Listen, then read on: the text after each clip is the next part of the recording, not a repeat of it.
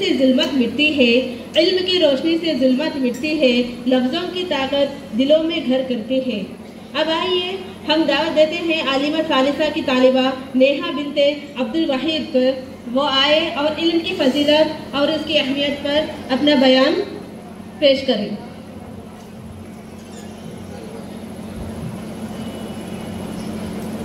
إن الحمد لله نحمده ونستعينه ونعوذ بالله من شرورنا ومن سيئات أعمالنا من يهده الله فلا مضل له ومن يضلل فلا هادي له وأشهد أن لا إله إلا الله وحده لا شريك له وأشهد أن محمدا عبده ورسوله أما بعد فإن خير الحديث كتاب الله وخير الهدي هدي محمد صلى الله عليه وسلم وشر الأمور محدثاتها وكل محدثة بدعة وكل بدعة ضلالة كل ضلالة في النار وأعوذ بالله من الشيطان الرجيم بسم الله الرحمن الرحيم رب اشرح لي صدري ويسر لي أمري واحلل عقدة من لساني يفقهوا قولي۔ صدر مدرسہ عالمہ عظیمہ صدیقہ صاحبہ اور اسٹیج پر تشریف فرما تمام مہمان خصوصی اور میرے مشفق معلمات اور میری پیاری دینی بہنوں، تمام کو میں اسلامی طریقے سے استقبال کرتی ہوں۔ السلام علیکم ورحمۃ اللہ وبرکاتہ۔ آج اس پررونق محفل میں میرے تقریر کا عنوان ہے علم کی اہمیت اور اس کی فضیلت۔ موضوع شروع کرنے سے پہلے میں یہ بات کہنا چاہتی ہوں کہ کی سعادت حاصل کر رہی ہوں الحمدللہ۔ عزیز سامعین، علم ایک ایسا موضوع ہے جس کا دین سے نہیں، دنیا سے ہی نہیں بلکہ اس کا گہرا تعلق آخرت سے بھی ہے۔ علم ایک ایسی روشنی ہے جو انسان کو جہالت سے نکال کر، اندھیروں سے نکال کر روشنی کی طرف لاتی ہے۔ علم وہ ہے جو انسان کو اشرف المخلوقات بناتی ہے۔ جیسے کہ ہم جانتے ہیں اللہ رب العالمین نے سب سے پہلے انسان آدم علیہ السلام کو بنایا تھا، اور قرآن میں فرمایا اللہ نے وَعَلَّمَ آدَمَ الْأَسْمَاءَ كُلَّهَا، ہم نے آدم علیہ السلام کو جب بنا دیا تو تمام کے تمام ہم نے ان کو تمام کے تمام نام سکھا دیے۔ یہاں پہ اللہ نے علمہ سکھانے کی بات کہی ہے، علم کی بات کہی ہے، یہاں پہ علم کی فضیلت معلوم ہوتی ہے ہمیں۔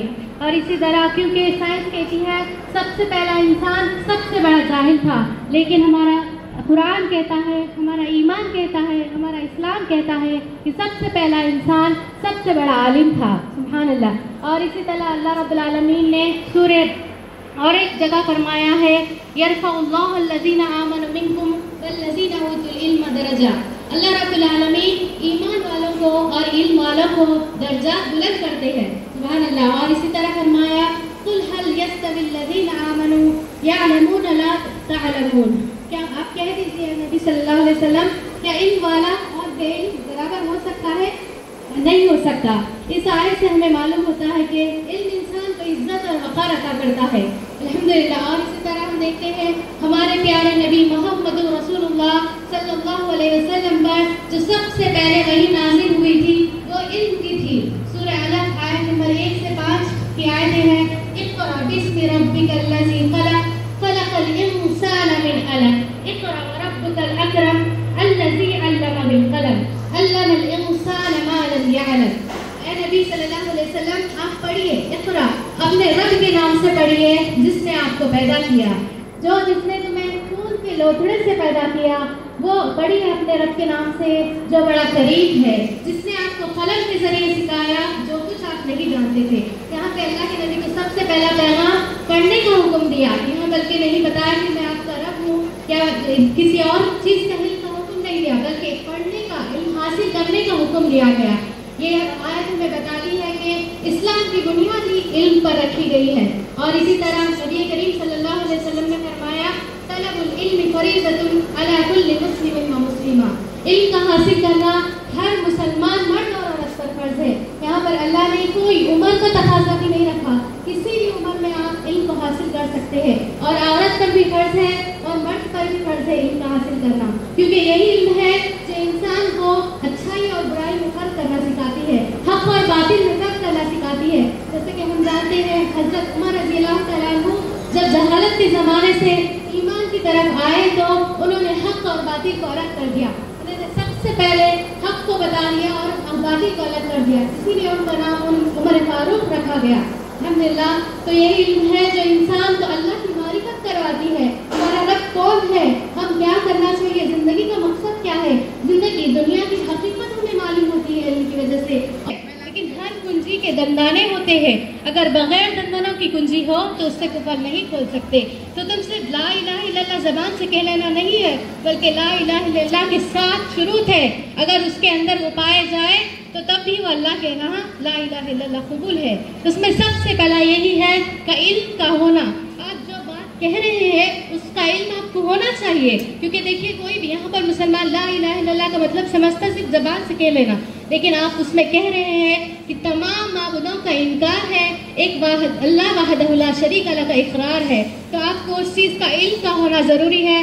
دوسرا یہ ہے اس پہ یقین ہونا، جو آپ بیان کہہ رہے ہیں جب آپ کو علم ہو تبھی اس پر یقین ہو سکتا ہے۔ تو سب سے پہلے علم حاصل کرنا اس پر اور یقین رکھنا، کیونکہ اللہ نے فرمایا اگر کرنا، اور اسی طرح اس کا چوتھا تقاضا یہ ہے اس کے فرشتوں پر ایمان لاتا ہے، اچھی بری تقدیر پر ایمان رکھتا ہے، اور آخرت کے دن پر بھی ایمان رکھنے کا یہی ہے اگر اس کو علم ہو تو تب بھی ان سب چیزوں پر وہ ایمان رکھ سکتا ہے۔ الحمدللہ، اور ہمارا اسلام ایسا علم سکھاتا ہے جو کسی اور مذہب نے ایسا علم نہیں سکھایا۔ جیسے کہ ہم دیکھتے ہیں پیدائش سے لے کے جنازے تک کے ہر مسائل کو ہمارے اسلام نے بتا دیا ہے، کس طرح انسان کو کھانا کھانا چاہیے، کس طرح کتنے سانس میں پانی پینا چاہیے، کیا ہے شادی کے مسائل کیا ہے، تمام چیزیں یہ علم کے ذریعے سے ہی حاصل ہوتی ہے۔ اسی لیے کیا ہے صحابہ اکرام رضی اللہ تعالیٰ عنہ یہ علم حاصل کرنے کے لیے کتنی بھی بڑی پریشانی ہو ان لوگ یہ راستے میں علم حاصل کرنے نکلتے تھے۔ حضرت عبداللہ بن عباس رضی اللہ تعالیٰ عنہ فرماتے ہیں وہ صرف ایک حدیث حاصل کرنے کے لیے میلوں پیدل چل کر جاتا تھا۔ سبحان اللہ، آج تو ایسا نہیں ہے دینی بہنوں، ہر جگہ پہ آن لائن کورسز ہے، ہمارے قریب علم کے حاصل کرنے کے بہت ذرائع ہے، تو الحمدللہ یہ اللہ کا بہت شکر گزار ہے، ہم علم کو آسانی سے ہم حاصل کر سکتے ہیں۔ اور اسی طرح علم حاصل کرنے کے لیے رسول اللہ صلی اللہ علیہ وسلم نے بہت سی خوشخبریاں دیے ہیں۔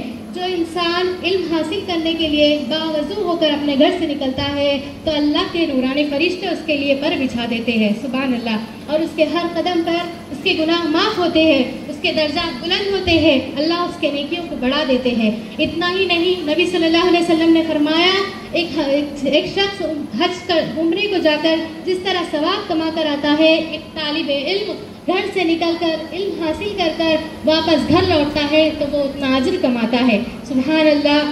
اور اسی طرح ہم دیکھتے ہیں کہ علم حاصل کرنے کے والوں کے لیے دنیا کی تمام مخلوقات اس کے لیے دعائیں مغفرت کی دعا کرتے ہیں۔ جب علم کے راستے میں وہ نکلتا ہے تو اس کے کپڑوں پہ دھول لگتی ہے، اس کے چہرے پہ دھول لگتی ہے، تو اللہ سبحانہ و تعالیٰ فرماتے ہیں کہ اس دھول کے بدلے میں قیامت کے دن اتنا مشق عطا فرمائیں گے، سبحان اللہ۔ اور آخر میں اللہ سے دعا ہے کہ ہم سب کو اس علم کو حاصل کرنے کی توفیق عطا فرمائے اور اس دین کو ہم لے کر ہم خدمت خلق کرنے کی توفیق عطا فرمائے۔ السلام علیکم ورحمۃ اللہ وبرکاتہ، جزاک اللہ خیرا کثیرا۔